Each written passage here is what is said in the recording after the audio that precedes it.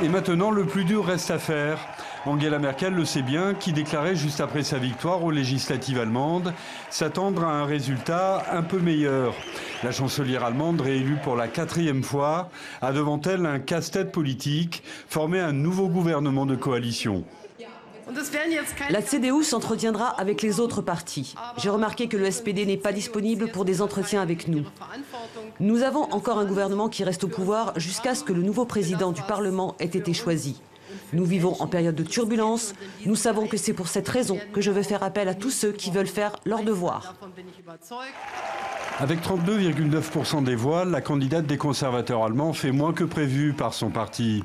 Le plus mauvais score de la CDU depuis 1949. Un résultat qui préfigure d'âpres négociations pour la constitution du gouvernement entre les formations qui ne veulent pas faire partie de la coalition Merkel et celles dont la chancelière ne veut pas.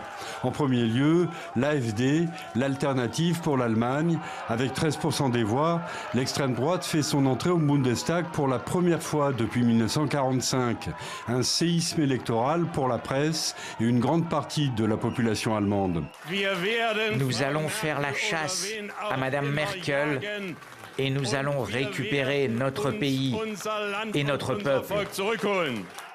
Angela Merkel qui ne pourra pas compter non plus sur les sociodémocrates.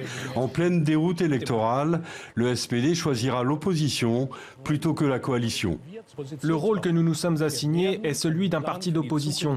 Nous présenterons un plan pour l'avenir de ce pays en matière de justice sociale, de responsabilité européenne et de défense des principes démocratiques. C'est la mission que nous aurons dans l'opposition. Finalement, la seule majorité possible pour Angela Merkel passerait par une alliance avec les libéraux du SPD et le Parti écologiste des Verts. Deux partis qui s'opposent sur quasiment tous les dossiers et qui affichent des désaccords de fond avec la chancelière.